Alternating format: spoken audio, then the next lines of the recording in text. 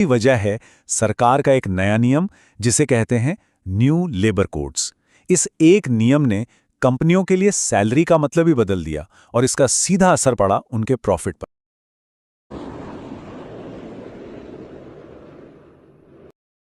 एक तरफ एक ऐसा नतीजा जिसने मुनाफे में 45% की गिरावट दिखाई और निवेशकों को डरा दिया, तो दूसरी तरफ चांदी की चमक ने एक स्टॉक को रॉकेट बना दिया। आज के बाजार में ना शोर और असली सिग्नल के बीच का फर्क समझना ही सब कुछ है। तो चलिए आज के इन बड़े मूव्स के पीछे की असली कहानी को डीकोड करते हैं। लेकिन इससे पहले कि हम आगे बढ़ें, एक बहुत जरूरी बात। देखिए, यह जो भी हम चर्चा कर रहे हैं यह सिर्फ जानकारी और सीखने के लिए है। यह किसी भी तरह से कोई खरीदने या बेचने की सलाह बिल्कुल नहीं है। कोई भी निवेश का फैसला करने से पहले अपने फाइनेंशियल एडवाइजर से बात जरूर कर ले। तो आज की पहली और शायद सबसे चौंकाने वाली कहानी आई टाटा एलेक्सी की तरफ से। हेडलाइन ही कुछ ऐसी थी कि कोई भी देखकर एक बार तो घबरा ही जाएगा। पर क्या कहानी सिर्फ उतनी ही है जितनी ऊपर से दिख रही है? सारी कंफ्यूजन की जड़ यहीं पर है। जरा देखिए, एक तरफ तो ये डरावना सा आंकड़ा है कि साल दर साल प्रॉफिट 45% से भी ज्यादा गिर गया, लेकिन दूसरी तरफ कंपनी का रेवेन्यू असल में 3% से ज्यादा बढ़ा है। अब इसी बात ने बाजार में एक पैनिक सा बना दिया। तो सवाल यही उठता है कि भाई ऐसा कैसे हो सकता है? रेवेन्यू बढ़ रहा है फिर भी मुनाफा इतना ज्यादा गिर गया। क्या कंपनी के बिजनेस में कोई बड़ी गड़बड़ हो गई है या फिर इस हेडलाइन के पीछे कोई और ही कहानी छुपी है? तो इसका जवाब दोस्तों कंपनी के कोर बिजनेस में नहीं बल्कि अकाउंटिंग की किताबों में छिपा है। असली वजह है सरकार का एक नया नियम जिसे कहते हैं न्यू लेबर कोड्स। इस एक नियम ने कंपनियों के लिए सैलरी का मतलब ही बदल दिया और इसका सीधा असर पड़ा उनके प्रॉफिट पर। इसको ना एक सैलरी केक की तरह समझिए। पहले कंपनियां क्या करती थीं? वो केक का एक छोटा सा टुकड़ा बेसिक सैलरी बता देती थी और बड़ा हिस्सा अलाउंस वगैरह में दिखा देती थी। लेकिन सरकार ने कहा, अब से ऐसा नहीं चलेगा। बेसिक सैलरी वाला टुकड़ा कम से कम 50% का होना ही चाहिए। और इसी वजह से कंपनियों को अपने कर्मचारियों के भविष्य के फायदों जैसे ग्रेच्युटी के लिए अब पहले से ज्यादा पैसा अलग निकाल कर रखना पड़ रहा है। और टाटा एलेक्सी के मामले में ये जो अतिरिक्त रकम थी वो थी ठीक 95.69 करोड़ रुपए। ये एक वन टाइम प्रोविजन है, मतलब एक बार का खर्चा जो कंपनी को नए नियम की वजह से अपनी किताबों में दिखाना पड़ा। तो असली बात क्या है? बात यह है कि प्रॉफिट में जो ये 45% की गिरावट दिख रही है वो बिजनेस की खराबी की वजह से नहीं बल्कि सिर्फ इस एक बार के अकाउंटिंग एडजस्टमेंट की वजह से है। कंपनी का जो असल बिजनेस है वो तो अभी भी बढ़ रहा है। ये बस एक कागजी घाव है, कोई हार्ट अटैक नहीं।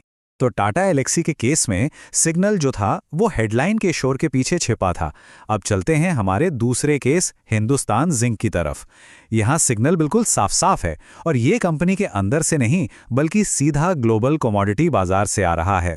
हिंदुस्तान जिंक की कहानी का हीरो है चांदी। जी हां, सिल्वर के दाम तो जैसे आसमान पर पहुंच गए हैं।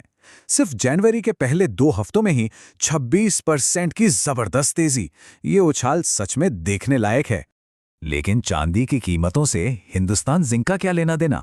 अरे बहुत कुछ।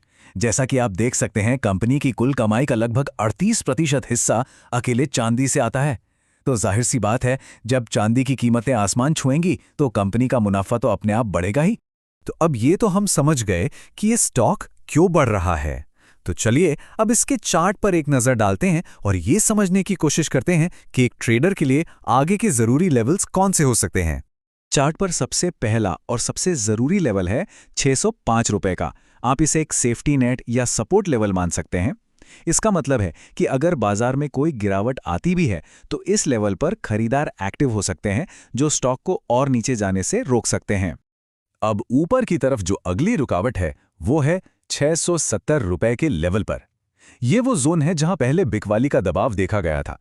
अगर स्टॉक इस लेवल को ताकत से पार करके ऊपर टिका रहता है तो जैसा कि टेक्निकल एनालिस्ट कहते हैं, यह एक ब्लू स्काई जोन में जा सकता है। मतलब इसके ऊपर कोई पुराना रेजिस्टेंस नहीं है जो एक बड़ी और तेज उछाल ला सकता है। तो ऐसे में रणनीति क्या होनी चाहिए? देखिए, सबसे जरूरी है फोमो से बचना, यानी फियर ऑफ मिसिंग आउट। चलती ट्रेन में चढ़ने की कोशिश मत कीजिए। या तो गिरावट का इंतजार कीजिए या फिर 670 रुपए के एक कंफर्म्ड ब्रेकआउट का। और हाँ, हमेशा डिसिप्लिन के साथ ट्रेड करना है और स्टॉप लॉस का इस्तेमाल तो जरूर करना है। टाटा एलेक्सी और हिंदुस्तान जिंक तो आज के बड़े सितारे थे, लेकिन बाजार में और भी कई स्टॉक्स थे जहां काफी हलचल थी। चलिए उन पर भी एक फटाफट नजर डाल लेते हैं। पेटीएम में करीब 3% की तेजी देखने को मिली, जिसकी वजह थी उज्ज्वल फिनटेक का अधिग्रहण और विदेशी निवेशकों का अपनी हिस्सेदारी बढ़ाना।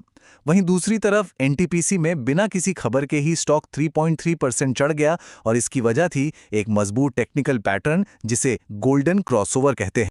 तो आज की इन सभी कहानियों से, चाहे वो अकाउंटिंग का बदलाव हो, कमोडिटी का बूम हो या फिर कोई टेक्निकल ब्रेकआउट हो, इन सब से एक बहुत ही जरूरी सवाल सामने आता है। सवाल ये है कि क्या आप सिर्फ हेडलाइन के शोर पर रिएक्ट कर रहे हैं, जैसा टाटा एलेक्सी के केस में शुरुआती बिकवाली में हुआ, या फिर आप डेटा के अंदर छिपे असली सिग्नल को सुनने और समझने की कोशिश कर रहे हैं? ये एक ऐसा सवाल है जो हर निवेशक को खुद से रोज पूछना चाहिए।